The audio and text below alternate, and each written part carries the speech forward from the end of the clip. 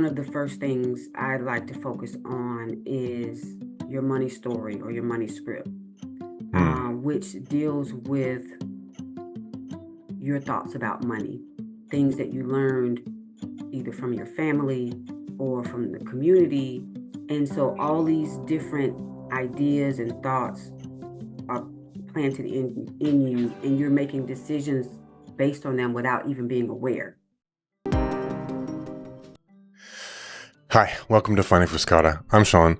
Today's episode is my conversation with Dr. Thembi Aquil, who is a financial wellness coach.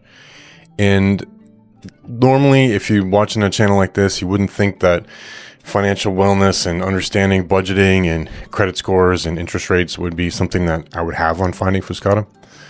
But in my experience, if your finances aren't in order, if you don't understand how to take care of that kind of stuff, then you can do all the spiritual seeking and all this other kind of work that you want. You can try to do all these other aspects of self-improvement, but you're still going to have that nagging thought of like, what about my money and how am I going to pay my bills and why don't I ever seem to have enough? If you're interested in coaching when it comes to budgeting and improving your credit scores and financial management in general, then Dr. Aquil is a great resource for you. But if you also just want to change your mindset around money, then she's also a great resource. Most of the stuff that we talked about is how just your mentality around money and how to think about it correctly and how to apply it in your life and how to just have a healthy relationship with money, which is such an important thing. So I know that I signed up for her newsletter and I already signed up for a consultation with her. And I think at the end of this, you'll want to do the same thing. So I would highly encourage it. All of her information will be in the show notes. And if you like this kind of content, don't forget to like, share, and subscribe. I greatly appreciate it. And without further ado, here's Dr. Thembi Aquil.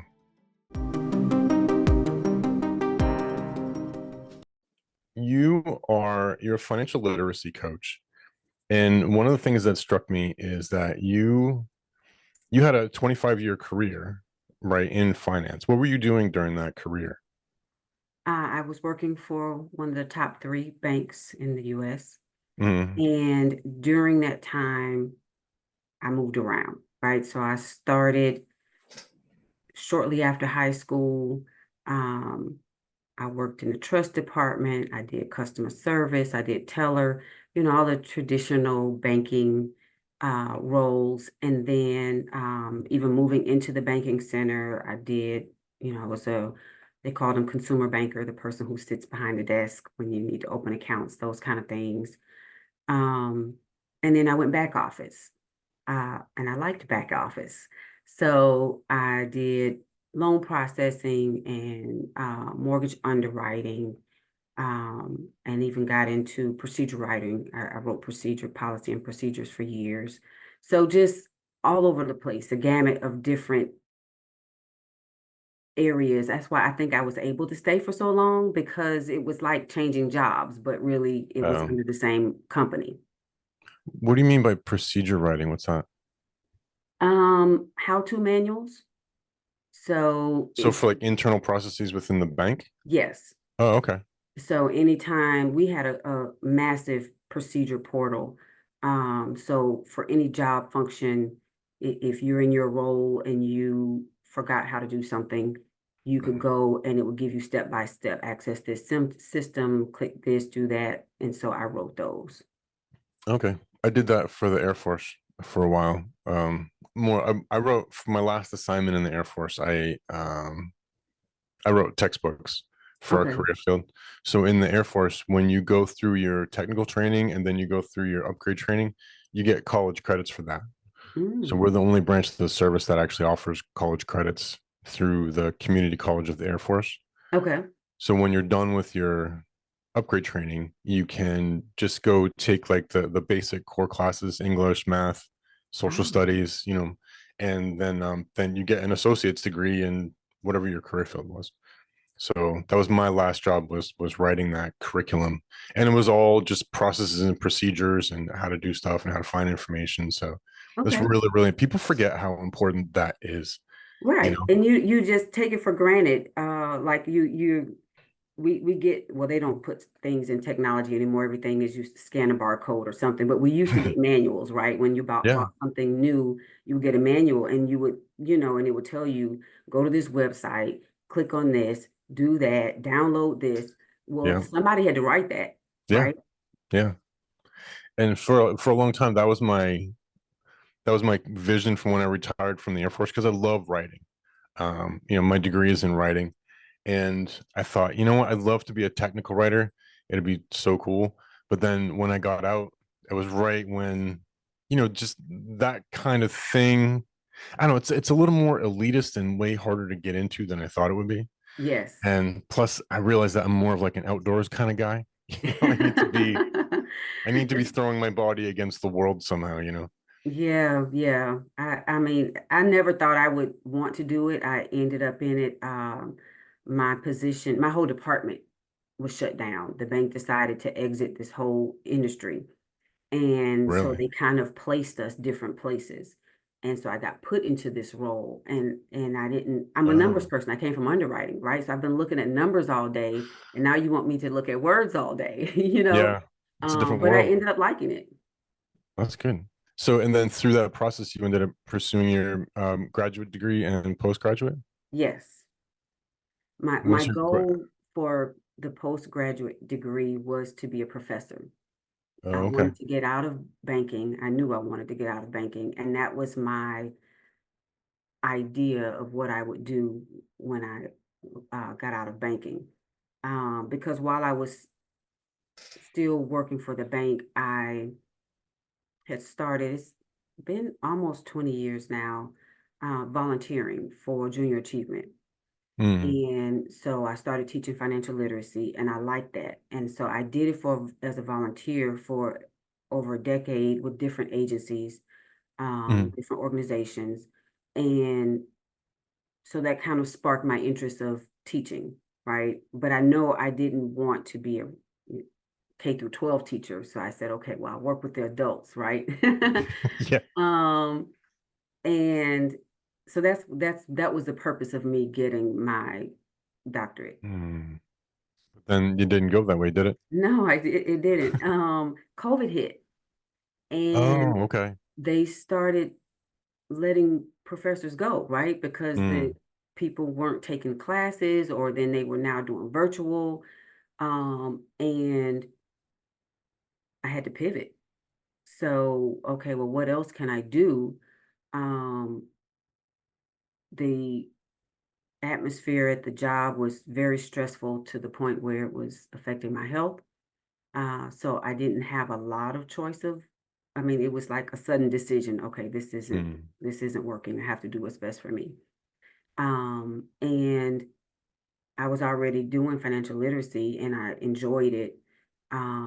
So then I decided to, well, I have this degree and I have hands-on experience, but if someone off the street is looking at me, what would make them feel comfortable hiring me, right? So Mm. then that's when I went and got the certificate or took the course to be a certified financial educator. So I said, okay, I have the doctorate degree, but now I have something that's specific to financial education, and decided to open my own business. Wow. Such a bold move. I think about that a lot. Like, I admire people that just decide they're going to go pursue their graduate degree or pursue their, doctorate degree. Because I get wrapped around the axle around, just like time constraints and money constraints and like, how am I going to do all this? But you've got grown kids though. So, Well, they weren't grown. oh, they weren't. So No, you even just you with just my made it when I happen, got huh? my master's, my my son was in elementary school. I used to be at his little league games in my car doing homework at practice. I mean, if it was a game, I would, I'm out the car, I'm in the stands. But if it was Yeah. practice, I drive him to practice and I sit in the car and write papers. Wow. So by doctorate, then yes, he was in high school. So then that was better. I still had to be the mom and chauffeur, right? You still have to take him to school, pick him up, go to different events, but it wasn't as taxing as my master's. Mhm. That was a lot. Yeah. um, but And we still work, it's still still a working. sacrifice for the family, you know. Yeah. They're watching movies and I'm locked in the room doing papers. So you know you're missing out. But it's worth it. Yeah. That whole concept of sacrifice is so many people miss out on that, but that's really important. For me, I served in the Air Force for 23 years, and that was a huge sacrifice. And I didn't really even understand how much it was until I got out. Mm, And I saw some people who didn't serve, they didn't go into the civil service. They started their business, they started, purchasing land and doing real estate and doing all that kind of stuff.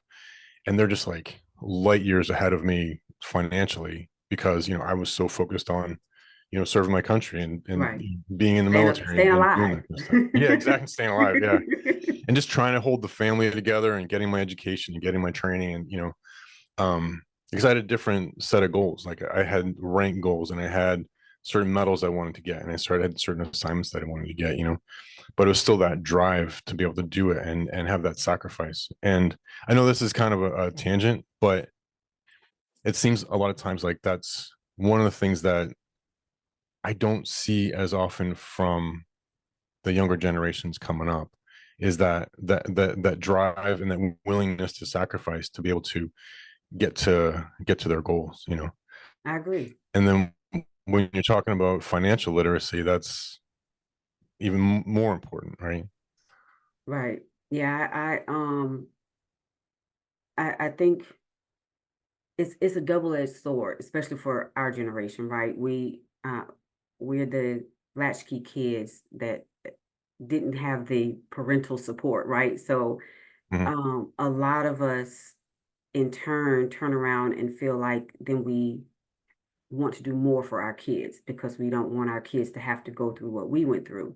But then it hinders them because then Yeah. they don't have to face any adversity or learn life's lessons and so they don't have the motivation and the drive because so much was given to them. Hmm. So I didn't treat my kids like that.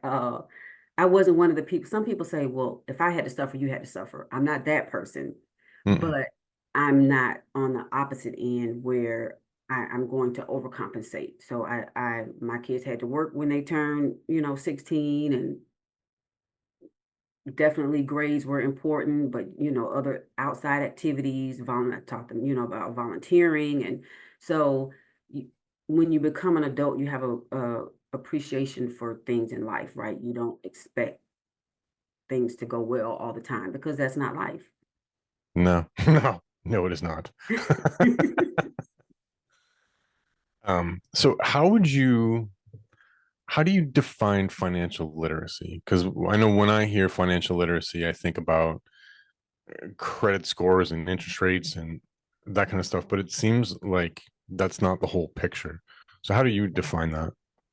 Well, I think financial literacy itself is just the understanding the basics, like you said, the terminology, understanding the importance of budgeting and credit, how credit works. But I focus more on financial wellness. I believe in holistic wellness. So, and finance is a piece of that, right? And they all, mental, physical, emotional, financial, they all tie together because we know that finance is a major cause of stress and we know what stress does to the body. Mhm. So you can't focus on one. It's like going to the gym and say, I want to lose the fat right here. Well, it doesn't work like that. You're going to work your whole body, right? Yeah. And so that's how I think financial literacy or financial wellness works is not just knowing the concepts, but actually how to apply it and how to apply it in your life. Because what works for one doesn't necessarily work for somebody else, or one person's Mm, situation isn't the same as someone else. So like you said, when you got out of the Air Force, you see your peers, or people you maybe went to high school with, they went a different way in life. So their financial literacy was different than yours, but that didn't mean you didn't have financial literacy. You just hadn't lived or been in those circumstances that they had been in. mm, You still had a paycheck, and you manage your family, and you made it work, right? mm. So I think that's what, um first, getting people to understand the basics. That's financial literacy, because there's so many people who don't know the basics. And I didn't realize that until I really started working with people one on one. There's things that we assume people know. Mm. Um, and in conversation, you realize they don't. And then they wonder why they're struggling, or why they keep repeating the same cycle. That's a really good point. I forget sometimes that when I was in the when you're in the military, they've got financial advisors that you can just go talk to. You can go down to the personnel center, and they've got somebody there who can like run your credit scores and take a look at stuff and help you figure things out. And they'll tell you like how to call your creditors, and like they'll handhold you through the whole entire process, because it benefits the military to have people who are financially secure. Because if you're financially insecure, if you got a lot of debt, then you become a security risk, you become a safety risk because your mind's not on the mission. Focus, right? Yeah, so the military spends a lot of money on making those kinds of resources available. And it yeah, but when I talk to civilians who've never been associated with that, even people like in their 40s, 50s, and 60s, I'm like, how do you not know this stuff? And I forget that like that was just part of my culture for a long time. Right. I mean, you have to actually seek it out. And there are, some nonprofits that provide the information for free. And then there's a lot online. Like, you can find a lot of information online, right? Mm, But reading it and understanding it and applying it, they're all different. So just because, like, the FDIC has a great resource on their website with a lot of information for free, and so you can read the terms, you'll learn the terminology like we did in school, memorization. But then when it comes to, okay, I'm faced with this situation, that doesn't translate, right? mm, So that's where the coaching comes in. Um, I have a lot of clients that, like, I got the basics, we got them a plan, they're on a good path, but they still call me for major decisions. Like, okay, mm, I have this scenario. Let's talk it through. Let's figure out what's the best way to handle this. Should I buy the new appliances, or should I wait? Should I get the flooring, or should I wait? Just different mm, things. So even though you may have the knowledge, you still may be put in certain situations where you're unsure of the right path to take. mm. One of the things that we do, part of what I'm doing here on my channel, my show is called Finding Fuscata, and Fuscata is it's a Latin word that just means darkened. And without going into the whole story, the idea of what I'm trying to do is to find those things that are inside of us and outside of us that we can't see, either because they've been darkened and they've been hidden, or we ignore them. But they're important things that we need to reunify, and reintegrate so that we can become a whole person.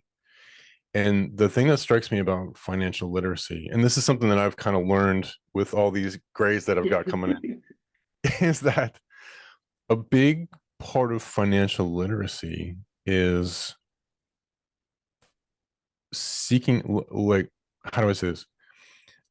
Looking for appropriate risks, looking for good risks, smart risks, because you got to take some risks or else nothing ever grows, right? But then there's also a sense of trying to set up your life in a trajectory that will allow you to be in places where you will be able to take advantage of things. So, for example, in my Air Force career, like my first assignment, I was over in the UK. I was in England, and I knew I wasn't going to be there very long, so I couldn't buy a house, And then I got stationed in California, and I was like way, way, way on the desert, so I couldn't buy any property there. But then, so by the time I was in my 30s, I had a lot of friends who had, bought a home right out of college, and then, or maybe even they were in the military and they got stationed someplace and they bought a home, and they went to a couple different bases, and now they had like 3 or 4 homes, and they had like a whole bunch of rental and property income coming in.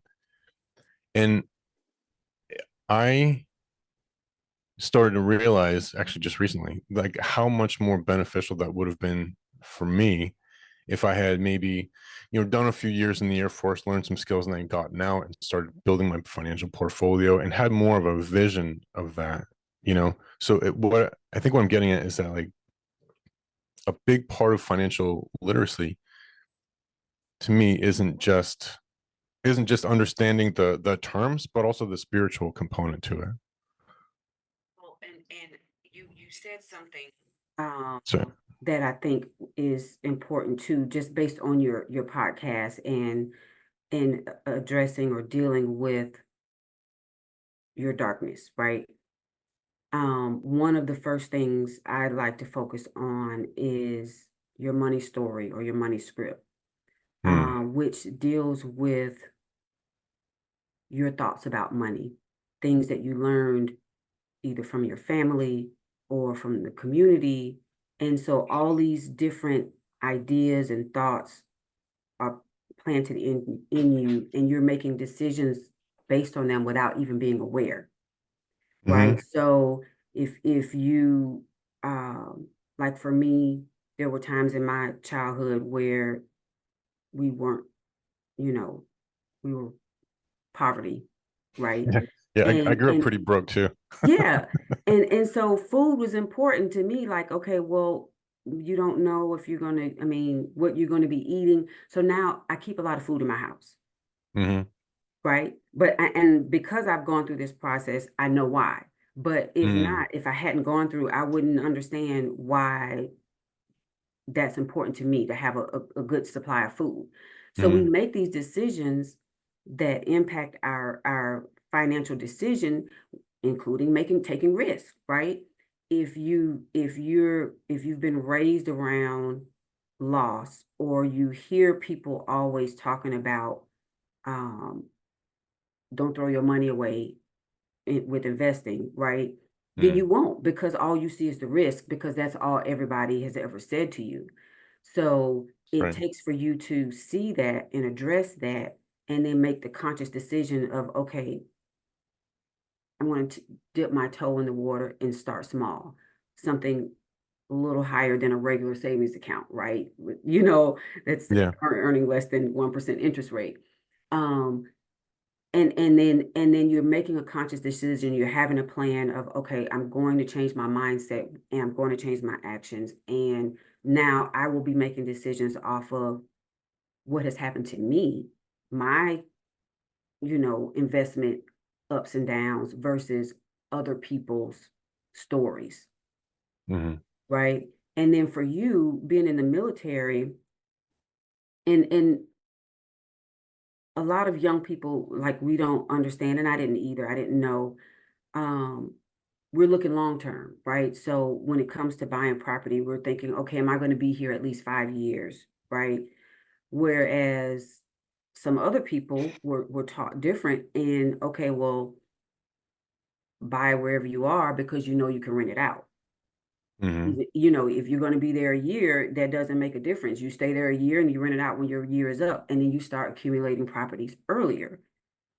But if we were taught, well, you buy a house to live in, like, this is the purpose of buying a house, and then you're not going to be there long, then you don't buy the house. So it's really, yes, it's financial literacy. Part of it is addressing, you know, your money history, what was taught to you, what you learned, and then just being willing to step outside of the box that you put yourself in, and take the risk. One of the greatest lessons about financial literacy that I have learned. So my background is in Christianity. I don't know, do you have a religious background Yes. at all? So I I spent a lot of time because the Bible talks about money a lot. I think it talks about money more than it talks about love or anything like that. There's a lot of stuff in there about money, Yeah, root of all evil. Yeah. And I always wondered about because you hear people talk about blessings and financial blessings and all this other kind of thing. And I always wondered about like the Old Testament guys like Abraham and Isaac and those folks, and they had a great deal of wealth, Right. but it wasn't like money, it wasn't coins. It never talked about, and Isaac had a giant bag of diamonds, or it wasn't anything like that. It was sheep, and it was goats, and it was Hmm. donkeys, and it was people, and it was like all these sorts of resources, and the the big lesson that I got from that, like entirely too late in my life, well, maybe it's not entirely too late, but it feels like too late, is that you I kind of boil it down to just the one phrase of don't eat your sheep. Poor people eat their sheep. Mm-hmm. And what I mean is that if I get a lamb, right? Let's say I get a ewe, and I can, if I'm hungry, I can eat that. But then I got to go get another ewe, right? Mm-hmm. But if I let it grow, then I Right. can get milk from it maybe, or I can find a ram and make more lambs, right? Or I can shear it and get the wool off of it and sell that and get more resources, you know? And so it's important to be able to take that one resource and then let it grow and then harvest things off of that one resource as it comes in. Right. Right. And then eventually you get to a point where you've got like excess lambs, and then you can have mutton for dinner sometime, you know? Well, and I think it's situational because there are some people who are in situations where they have to eat that one, right? Mm-hmm. Um, they can't wait until they get another one or just get the milk from it or just and I mean the area I grew up in before there was a term we knew the term food desert. I was in a food desert, right? Mm. And my dad used to go on Saturdays and to this big farmer's market. We used to have to get up at 5 in the morning. I had to go with him. He had an old ice cream truck that he Mm. used that he would ride through the neighborhood and sell fresh fruits and vegetables Oh, wow. because the neighborhood it wasn't available. There was no access to it. The people in the neighborhood didn't have cars, so you had to buy from whatever the local little store sold, which was not fresh fruit and vegetables. Yeah. So sometimes you are in situations where you just have to deal with what's in in your environment, right? Until you can work your way out of it, which we did. But understanding that, being in the mindset to know that this is just temporary, that, like you said, having a drive to know, okay, I'm going to work my way out of this. And when I do, then I need to make sure I keep that one lamb to make it grow, right? Mm. And then also understanding that, like you said, wealth isn't just financial, isn't just money. And like you said, reference numerous times, especially in the Old Testament, you're looking at health, you're looking at family, you're looking at physical. So all of these are forms of wealth. And if you focus just on financial, in my opinion, other aspects suffer, right? If you're so money driven, you don't typically have a good friend and family relationships, right? Your relationships a lot of times are pushed to the side. You don't necessarily take care of yourself health wise, right? Because you're so like, I got to get it, I got to get it. So it's all a balance in understanding that wealth isn't just financial. And if you pour into all of your different wealth cups, it'll make you a more balanced person. Mm-hmm. So you don't want to just have lambs. You want No. to have you want to have some Oh, sheep and some cows and yeah, some and dogs I and want some a green garden. I want to have some yeah veggies too. yeah. I want to have peaches. Oh yeah, can't forget peaches. Come on, Yeah. get serious here. Okra, right? Yeah. Like, man, I haven't had any good Southern food in a long time. We used to go down to Georgia a lot and North Carolina, Virginia. And man, as soon as we landed, we'd be like, all right, where's the best barbecue joint? Like, where do we go get some like good Southern food, like an obnoxiously tall, sweet iced tea? Yeah, it was good Well, stuff. and I since I've moved here, I went apple picking. Oh, really? Down there? Yes, Oh, they have wow. these big and it's massive uh, fields with all these different rows of different trees. So you pick Oh, which type wow. of apple you want to pick, and I Mm, rub it off on my shirt, and you're eating it fresh, picking it off the tree and eating mm. it. It's just like the store has nothing on fresh off the tree apples. Oh, yeah, it's the best. We've got a place here close by. It's Johnson's Farm, and they have in the fall they've got apple picking, and you can I think you can go get corn like right off the stalk. They've got, you go get your pumpkins. Um, and which is, this is another off tangent, but here in New Jersey, we're called the Garden State. And it used to be because the land here was so fertile. Mhm. And there was just so much farmland here in New Jersey that we fed, Delaware, Philadelphia, and New York, and because there were so many farms everywhere, we just called the Garden State. That's why Campbell's soup started in Camden, because Jersey tomatoes were just famous for being the best tomatoes. Okay. But so much of that farmland has been sold off into housing developments, Develop. and Yeah. so much of our food is grown down in South America and Central America, and it's kind of a shame. I'm if I this Okay, I'll say this one last thing though, and end this tangent. I think if I could be if I could be king for a day, or if I had like my genie with the three wishes, one thing I would do is uh I would get rid of government subsidies for cash crops like soy and corn that's just going to go to fuel and ethanol and plastic manufacturing. I would get rid of subsidies for that, and I would subsidize actual Food farms. food farms. I would take just like billions of dollars out of the government and say, you guys aren't getting that anymore. We're producing food now.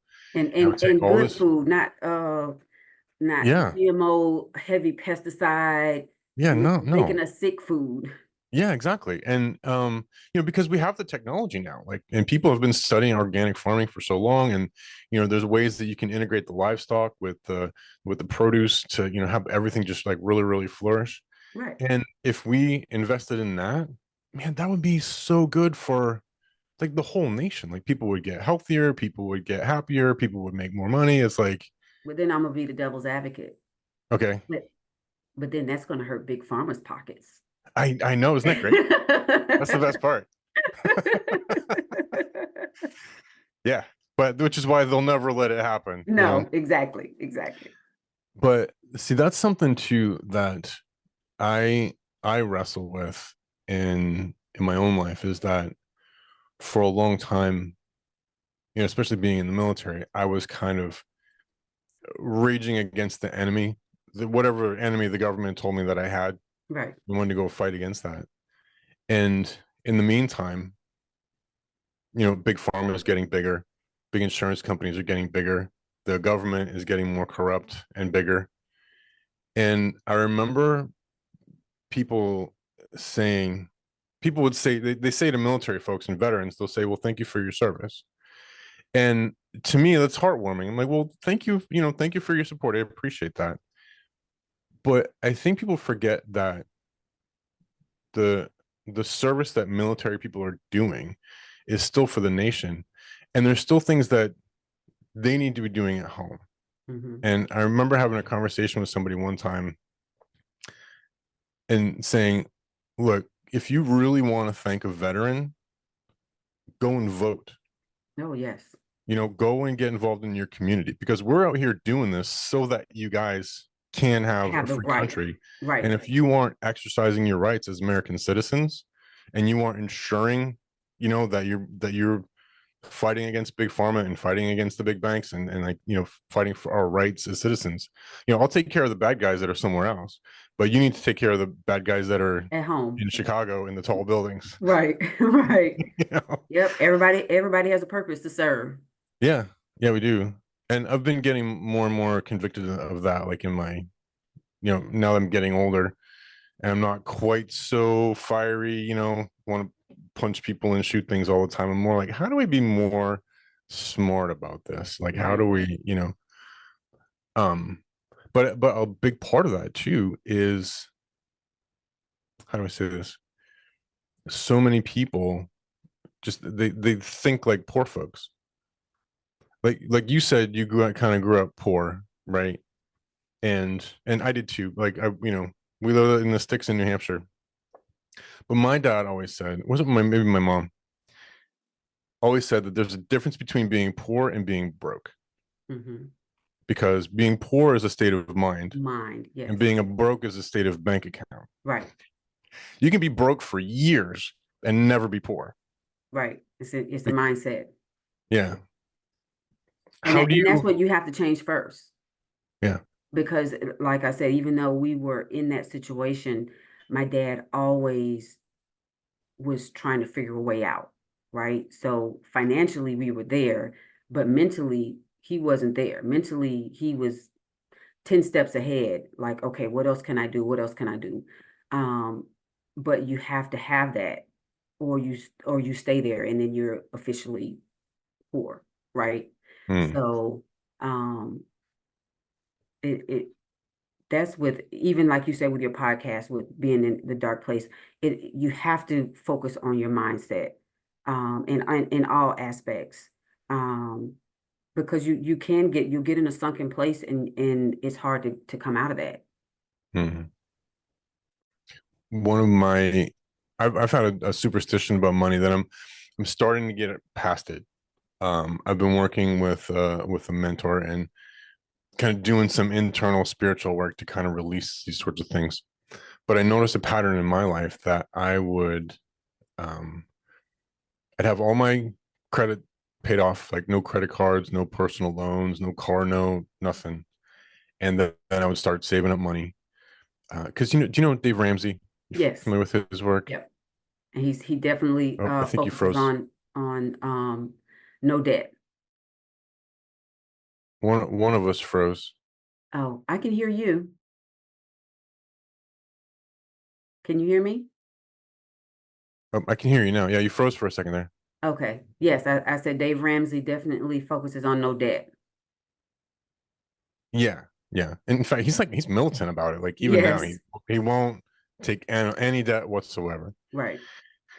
And he used to have I forget it was, like a financial wellness university or something like that. Right. I forget what he called.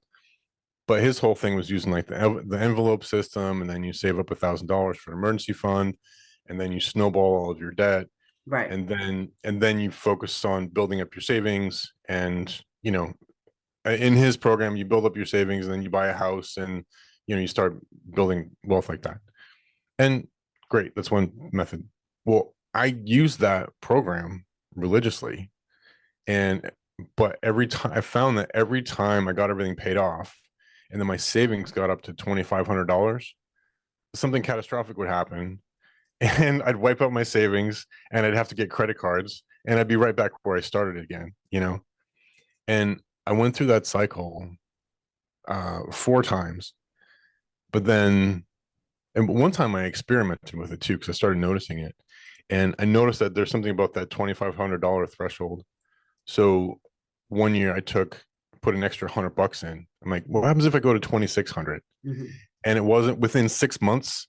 Like, my ex had taken me back to court for child support, and I had to pay for attorney's fees, and like I was right back where I started. So I'm like, okay, $2,500. That's it. That's all I'm gonna do. But the next time I got into that cycle, I said, I'm not gonna do this anymore. because I'm just going to keep repeating this for the rest of my life. And so, unless I change something fundamentally in myself, Hmm.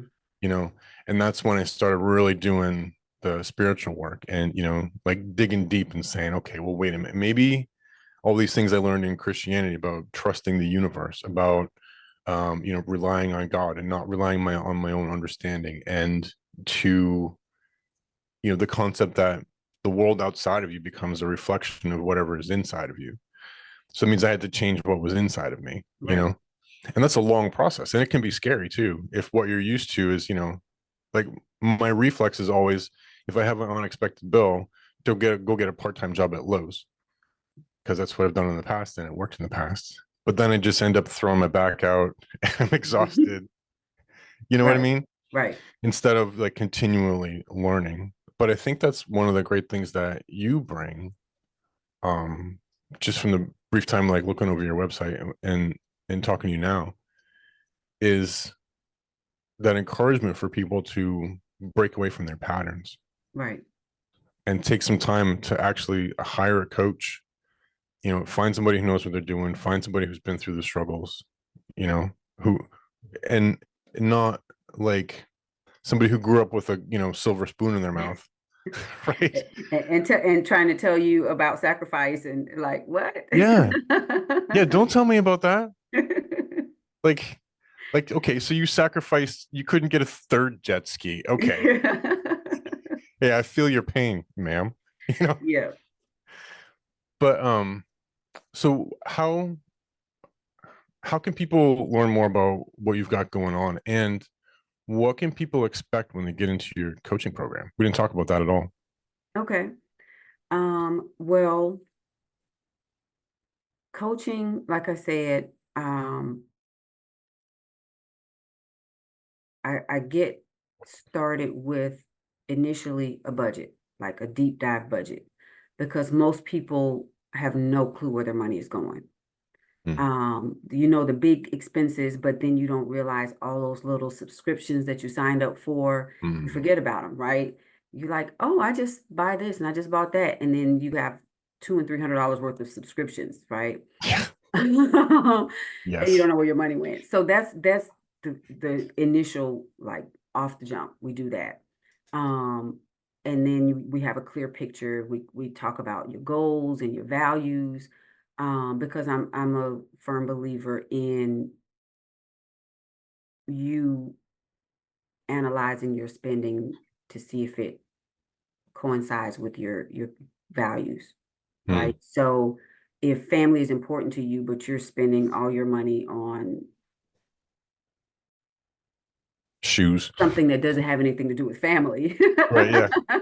then you it doesn't balance. It doesn't make sense, right? Yeah. So now you talk about the savings. I'm big on, I have people open multiple savings account, right? Based on your values and your goals. So if taking a family vacation every year is something that is important to you, you will have a separate savings account that will only be for that, right? Hmm. To make sure you're going to do that. That's important to you.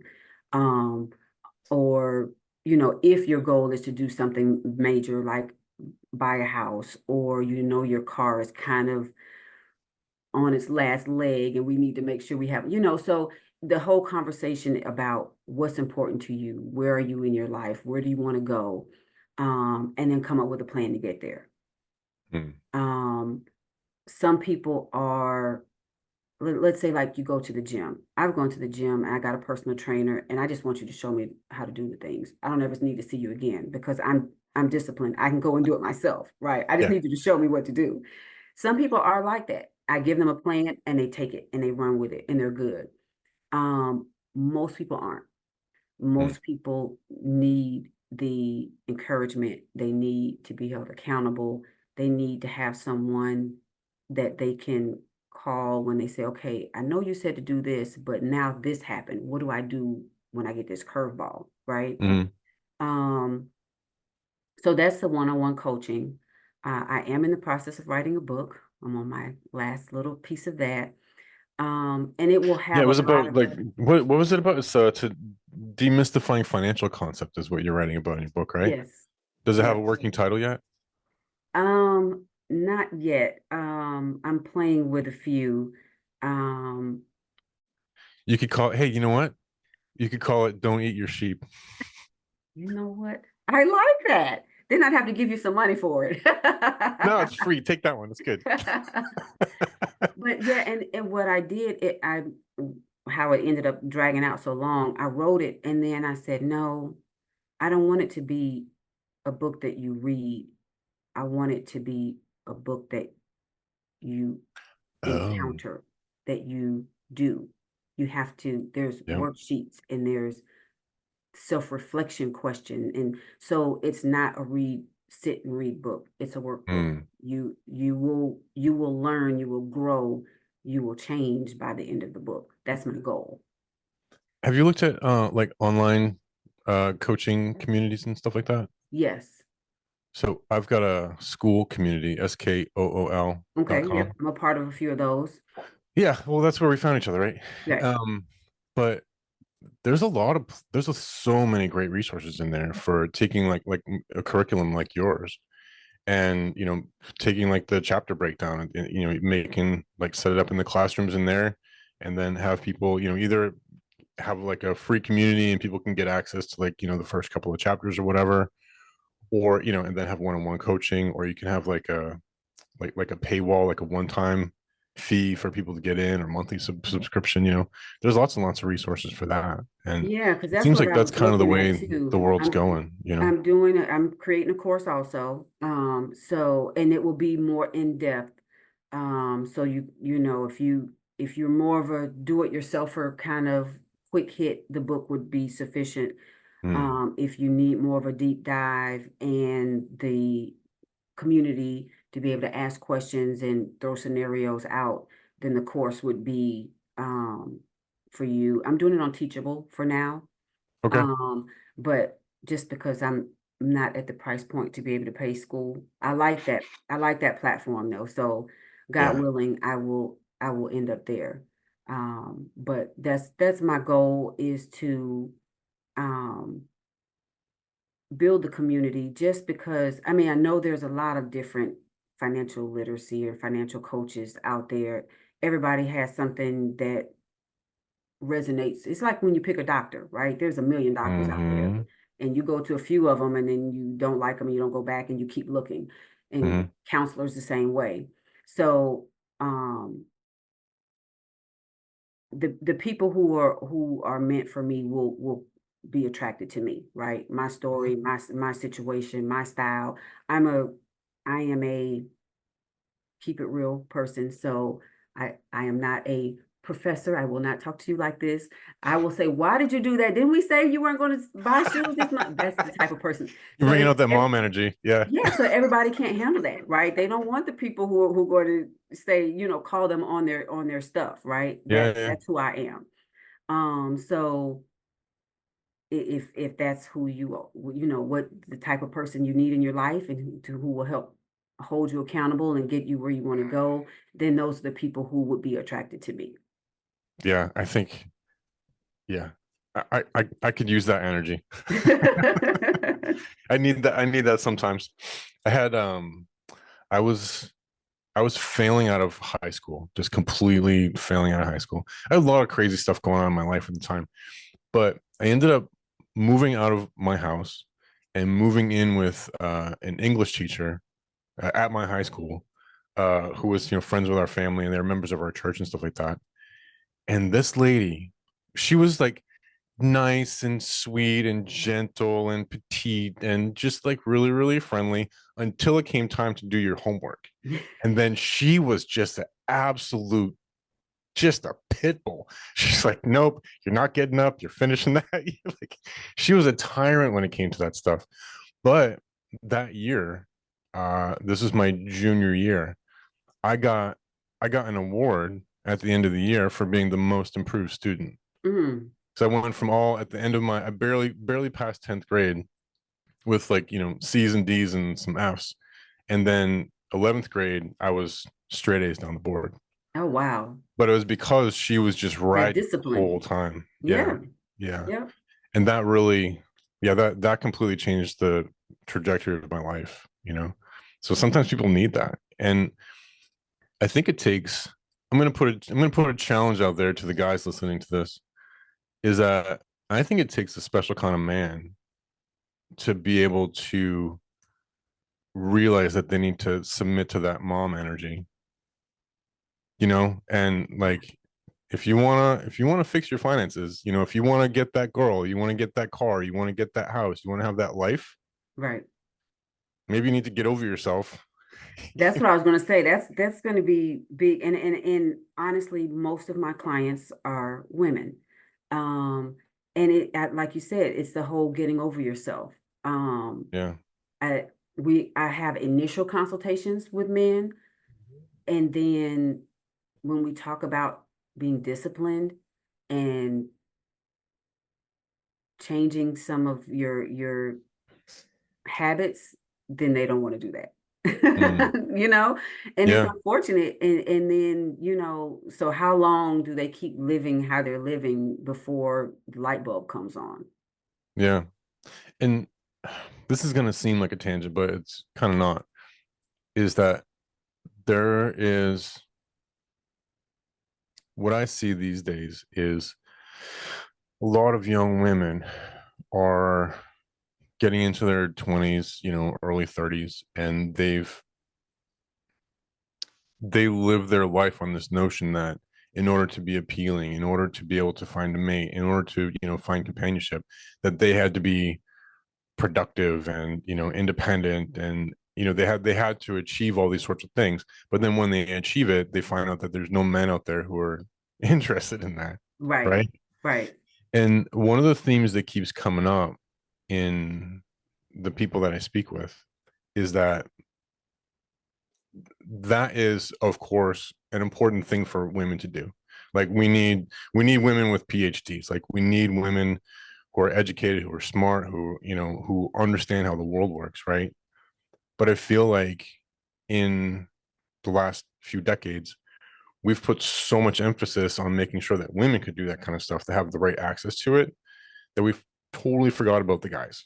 mm-hmm, And so many men have just been left behind. And now they're kind of like, they don't have the degrees, they don't have the financial income, they don't have the financial IQ to be able to, find these like super high quality women now, right, who are trying to find a mate, who are trying to find a partner, and then that does something to a man's psyche too, when he's not the breadwinner, when he's not, he can't and do that kind of thing, that, right. that injures something down deep inside. But I think that, yeah, now more than ever, now would be a good time to start educating men more and bringing them up to speed. Well, then So what I'm I'm trying to so do hang is, on one second. I'm about to be interrupted here for a second. okay, Dude, what are you doing? What are you doing? Come on. Oh, good morning. this is my this is my daughter Quinn. She likes to come down and check on me sometimes. Hey, there's nothing wrong with that. She's a daddy's girl. Yes, she is. You okay, babe? What do you need? What's up? Trying to find mom? She might be out. She probably got outside talking to Miss Anna. Did you check out back? Sometimes she gets stuck talking to Miss Anna. I did check out that. Well, then she's either out back or upstairs. She might be in the bathroom. Hiding. Hiding. But let me finish up my conversation, sweetie, okay? We'll be done in a couple minutes, and then I'll be up. Okay? Can we go in the pool when you're done? I was just gonna say that. Okay. Today's a good day to go in the pool. It's gonna be kind of muggy and hot and gross. All right, we'll be more careful. Bye. I love you, babe.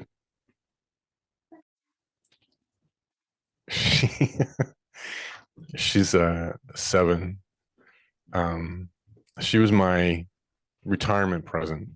Oh, So when, yeah, so in, I have older, my kids are all older, and except for her, I was gone all the time. I was in the military, and, went through divorce, and I never got to spend time with my kids mm-hmm. while they were growing up.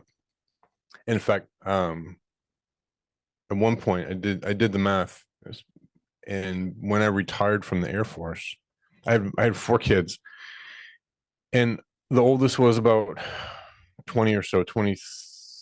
How old is she now? She was in her mid-20s. Mhm. But collectively, with all of my children, I had spent 12 birthdays with all four kids over 23 years Wow. because I had just been like gone, You were or gone, right. they were with their mom, or just I just couldn't do it, couldn't work it out. And I remember in 2009, I started saying, when I retire from the Air Force, I'd like to have a little girl and just be there with her, and for the whole thing. Mm-hmm. From meeting her mom to having a baby to The whole like, pregnancy, the delivery, the from everything. yeah, Yeah. yeah, to like baseball games, and like who's the father of the bride, to like the grandkids, and just like be there for the whole entire process. But I was never serious about it. I wasn't like, I'm gonna driven, I'm gonna go have a little girl. It was just like this quiet wish that I had in my heart. You put it in the universe and God heard you. Exactly, exactly. And yeah, and that to me, her, every time I see her, I think about how prayer works. Mm-hmm. And it doesn't have to be like on your knees and in church, and like, No, no, it he can hears just be you like all a the like a time, wherever you are. That's why I yeah, tell like, people, just talk yeah, to him like you're talking to one of your friends. yeah, Whenever the thought hits you. yeah. Yeah. And for me too, like that whole time I was really struggling with my faith, and I was like, I was angry at God, and I was struggling with PTSD and suicidal thoughts and alcoholism. Like I was in the thick of it. And then Quinny came along, like right before I retired. And she'll never, well, she hasn't, and God willing, she won't know a time when daddy's off to war Mm-hmm. and doesn't know when he's going to come back. Right. She'll have that. It causes a different set of challenges with the other kids, but Yeah. that's a whole different Well, subject. and my dad did the same thing. My dad had three. There's three of us that were born in the 70s, and then he started over, and he has four that are my kids' age. Oh, Yeah. oh, he started over after a while. Yeah, yeah. But their upbringing was totally different than ours. Mm, He went to their games, he was involved in, they they got a totally different person than we did. mm, He was at a different place in life and was able to do that versus he was grinding, really trying to make things happen when we were little. So, yeah. um, you know, hopefully, And that was down in Tampa. yes. And I was going to mention to you, that when we were talking about the young man, Mm, um, I'm really trying to reach out to colleges and universities now to see about going out and doing workshops for the college kids. I mm, think that that's a good age group. I still volunteer with the K through 12, but even the juniors and seniors, when you're in high school, you're working, that's still play money, right? You still live with your parents and they're going to provide for you. But mm, when you go to college, most college kids, you get your money at the beginning of the semester and you have to make it last. So mm, that's your first introduction to budgeting and prioritizing your money, right? And then if you don't have enough money, that's your age where you're applying for credit cards and you're starting to rely on credit cards. So that's the age group that I want to break into, start trying to start there. Because then, like you said, then you get the young men to get them to understand the importance of saving and providing. And, you can get that mindset and create good habits before you're working forever trying to break bad habits. One thing I always got frustrated with the church with is that we used to get sermons all the time about the importance of tithing and giving, you know, but there was never any resource to teach me how to manage my finances. Mm. That used to make me crazy. It's like, hey, Once a year, my church offers it. They have a financial wellness week once a year, and it's like Yeah. we have tax professionals, financial planners, you know, all different people in the financial industry. You can come and get advice and help with. Yeah. That would have been a fantastic resource, like, or just like every Sunday before the offering plate goes around, it's like, and if you can't give, we have a financial coach who can help you so that Right. maybe you can get to a place where Once you you're get to more the point. comfortable Yep. and and get to that, we can help you with your financial wellness. Right. That would have been a great resource to have, but I don't know. I have my problems with the church these days, but that's okay. God understands. Oh yeah, he knows your heart. Yeah, he knows him, and he gets me. He's fine. Right. um I keep thinking about like the prodigal son, that story.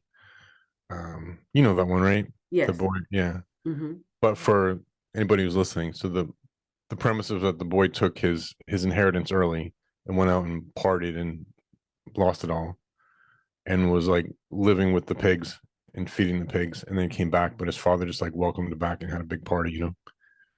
And I felt like in some ways I'm right now, I'm the prodigal son, but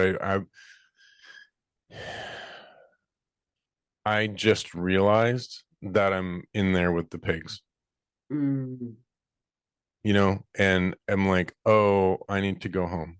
right. And I'm like I feel like in my life right now, I'm kind of like standing up and saying, okay, I'm gonna start heading home, Okay. because my dad will take care of me, and Yes. it'll be okay.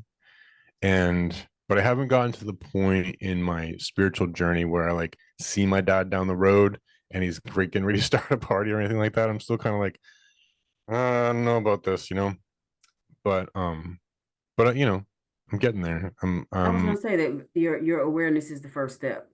It is, yeah. And I think that a lot of people don't. What do we say? Self-awareness is the first step in all of these things. Right. You have to become self-aware, and you have to get over yourself too. And I think that this doesn't seem like it relates exactly, but there's a woman that I see on YouTube once in a while, and she's got t-shirts that say that the future is male and female. There's a lot of people who say like the future is female, but this lady's like, no, the future is male and female, because we're moving into a time now where like we talked about earlier, where we have to start integrating. Right. We have to be able to come back together as people, as as males and females, and build each other up, Right. and build families and build communities and start, that's how we, it seems weird, but that's how we fight back against big pharma. Oh yeah. That's how we fight back against the government, is by having solid families again. Right. you know um but how you instill that into the upcoming generations is, I Well, don't you know. have to have enough people like us to Yeah. help drown out the other people who are pushing negative, unrealistic Yeah.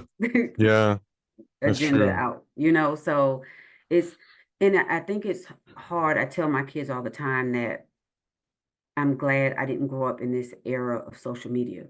Mm, It's so hard because you're competing with all these people on social media, right? So you're trying to instill good habits and things in your kids, and then but in the other ear they're getting fed all this nonsense, you know, mm, and then they don't understand that the majority of what they see on social media isn't real. yeah. So they see these people living these lavish lifestyles, and it's not theirs, or it's rented, or it's, Yeah. it wasn't obtained legally. So how do you combat that? How do you tell people to, work hard, save your money, do the right thing, but then they're like, but this person's doing this and they're living great, right? Yeah. So it's you have to have, and we got to find balance however we can, and connect with as many people, like-minded people, that's going to pour good, wholesome, quality information out. I had a conversation with a fellow named Curtis Childs a couple weeks ago, and he's a member of the Swedenborg Foundation. And Swedenborg was a 17th century businessman and inventor, but also kind of a mystic. And he had a lot of experiences where he could, he had experiences of the afterlife while he was still alive. Mm. And he wrote tons and tons of books about this stuff. And this guy, Curtis Childs, has a YouTube channel, and that's all he talks about is Swedenborg and spirituality, and that's all he does. But the thing is, like, there's not like a huge market for that.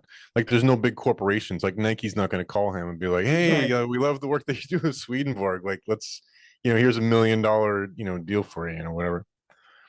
But what we were talking about is that people like Swedenborg never got they never got any recognition during their lifetime.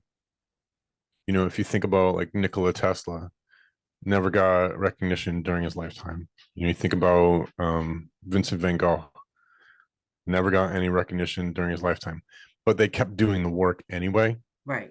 because they were just compelled to do it. Right. And that's the thing that Curtis and I were talking about, is that like sometimes you just have to like do the work, Right. and it's Without not any about the reward. expectations. Yeah. Yeah, no expectation. I'm not like with this, I have no expectation of reward. It'd be nice, but for me, I'm trying to get interesting, fascinating people who have great ideas and give them a platform. And my job is to just keep doing that. And sometimes, it's not what's I'm looking for. It's the idea that you can't worry about what the next generation is going to learn, or how they're going to turn out.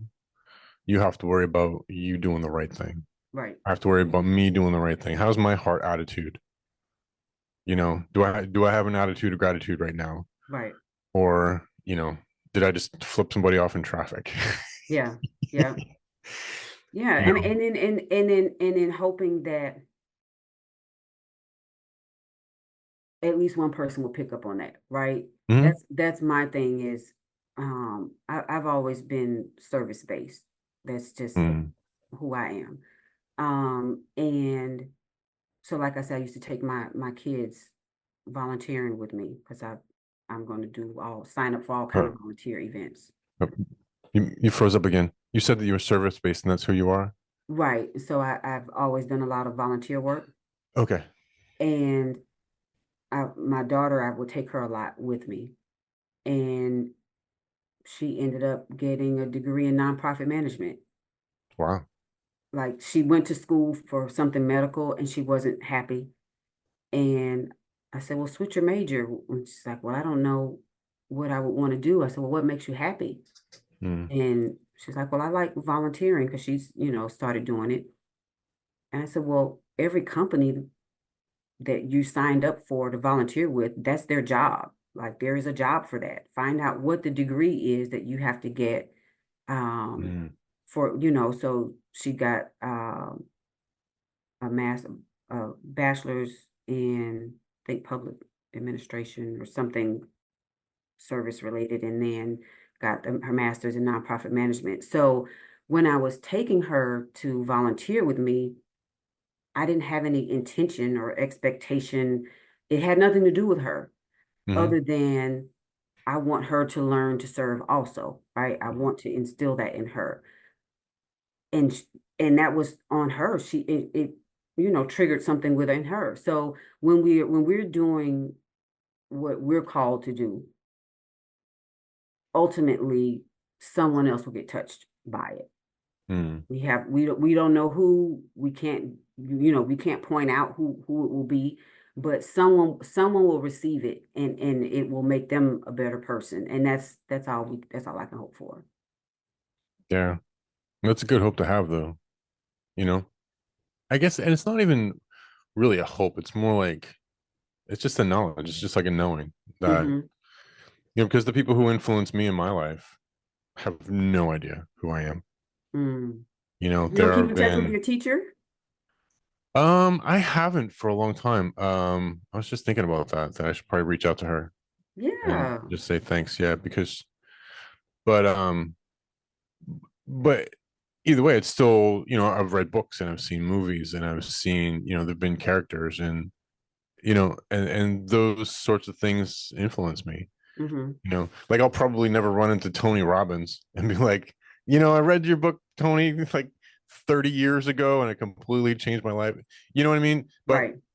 it's like the parable of the sower from the Bible Mm-hmm. that, Jesus said, the parable where Jesus said there was a farmer and he was spreading seed and some of the seed fell on rocky soil and some of the seed the birds ate it and some of the seed fell in shallow soil and it grew and then died. And then some of the seed fell in good soil and started to grow and produce plants, right? Right.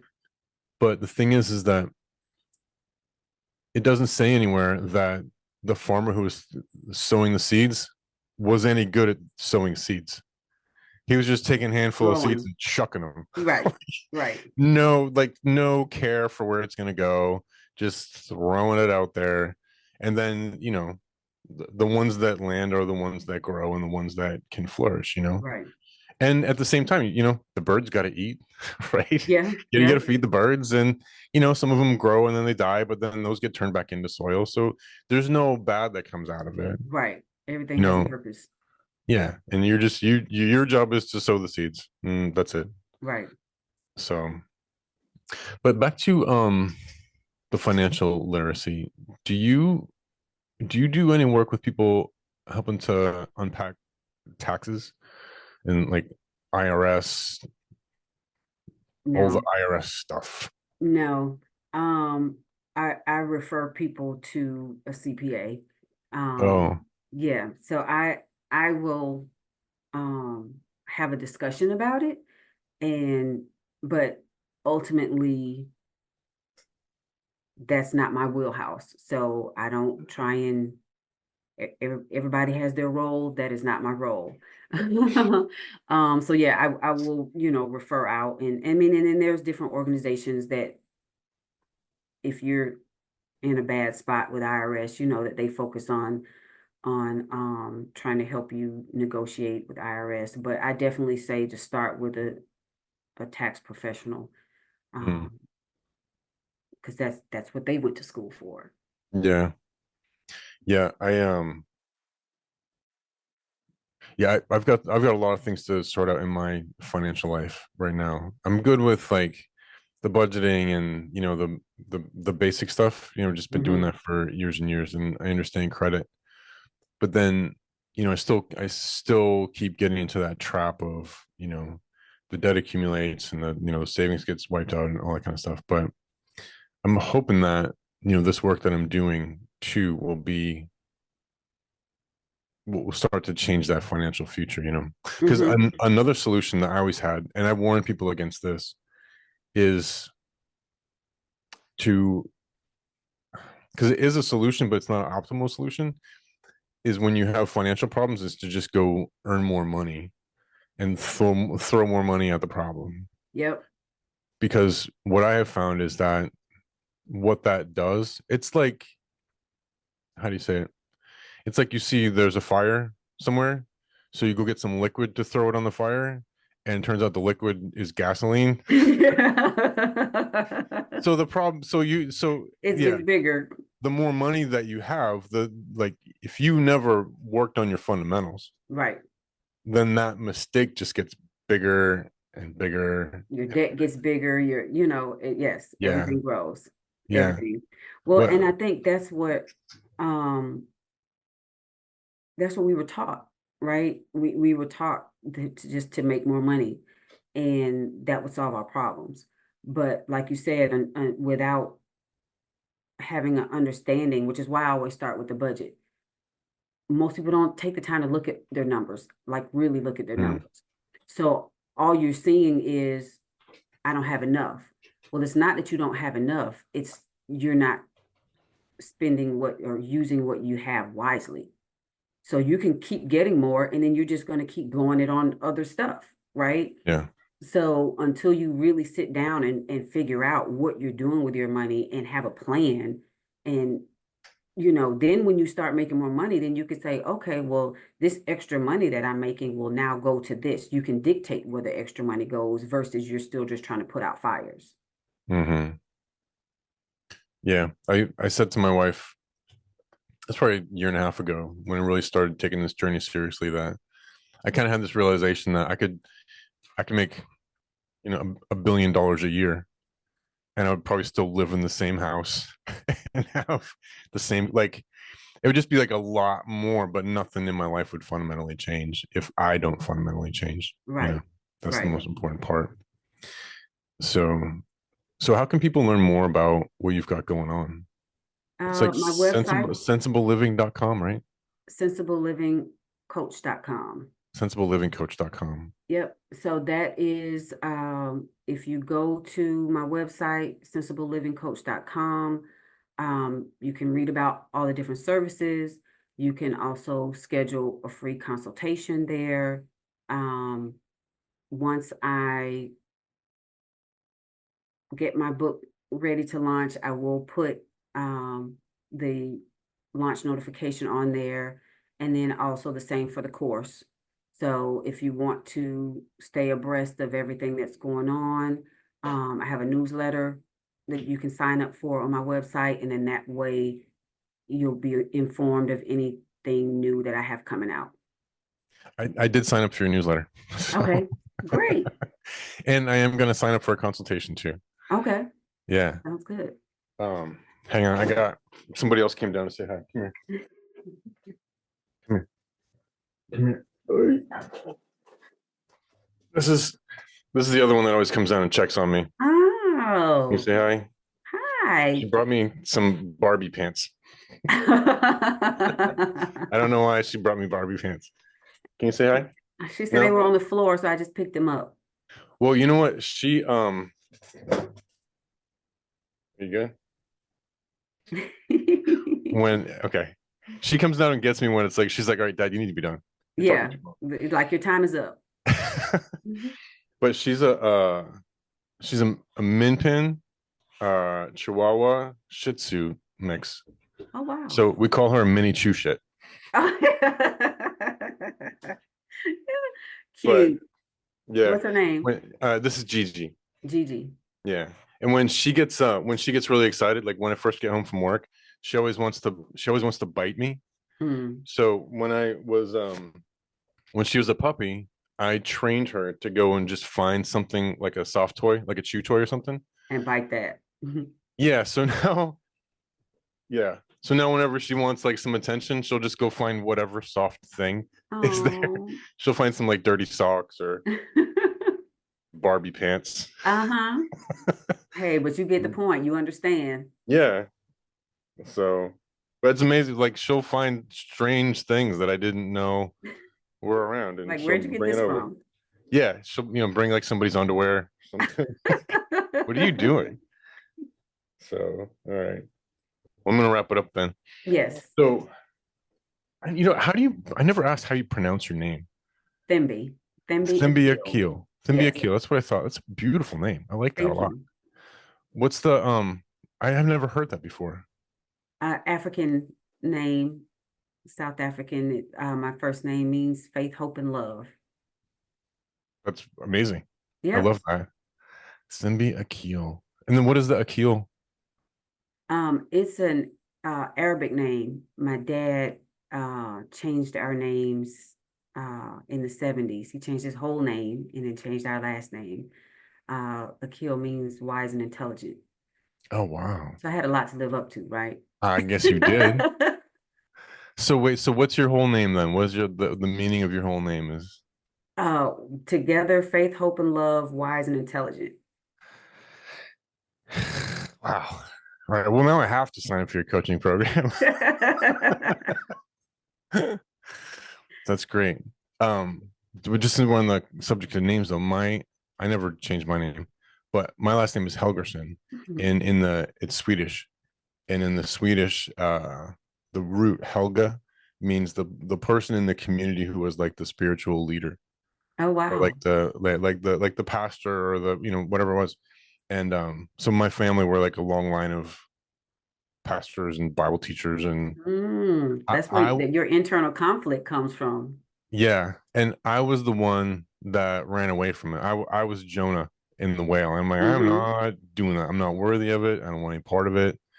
And so that's kind of where I am now, where I'm kind of like, all right, I gotta submit. I can't. That's the big realization, and I guess this ties into financial literacy too, because you have to be able to submit to who you are. Mm-hmm. You know, you have to resolve those internal conflicts, because if you can't, you can learn all that you want about FICO, and you can learn all you want about interest rates, and you can learn all you want about budgeting, but if you never resolve those internal conflicts, and you never come to peace with who you are, and you never practice forgiveness, and you never, practice, being involved in your community and giving back, then you can have all the financial literacy that you want as far as the numbers, but you're still going to run into the same problems. Right. You keep You repeating know, the same cycle. yeah. And yeah, maybe that's kind of when you need some of that mom energy to check you. Definitely. But again, thank you so much for your time. No problem. I I really, really appreciate you. appreciate it. I'll talk to you later. Okay, have a good one. All right, bye-bye. Bye. Faith, hope, and love, wise and intelligent. All right. Well, now I have to sign up for your coaching program.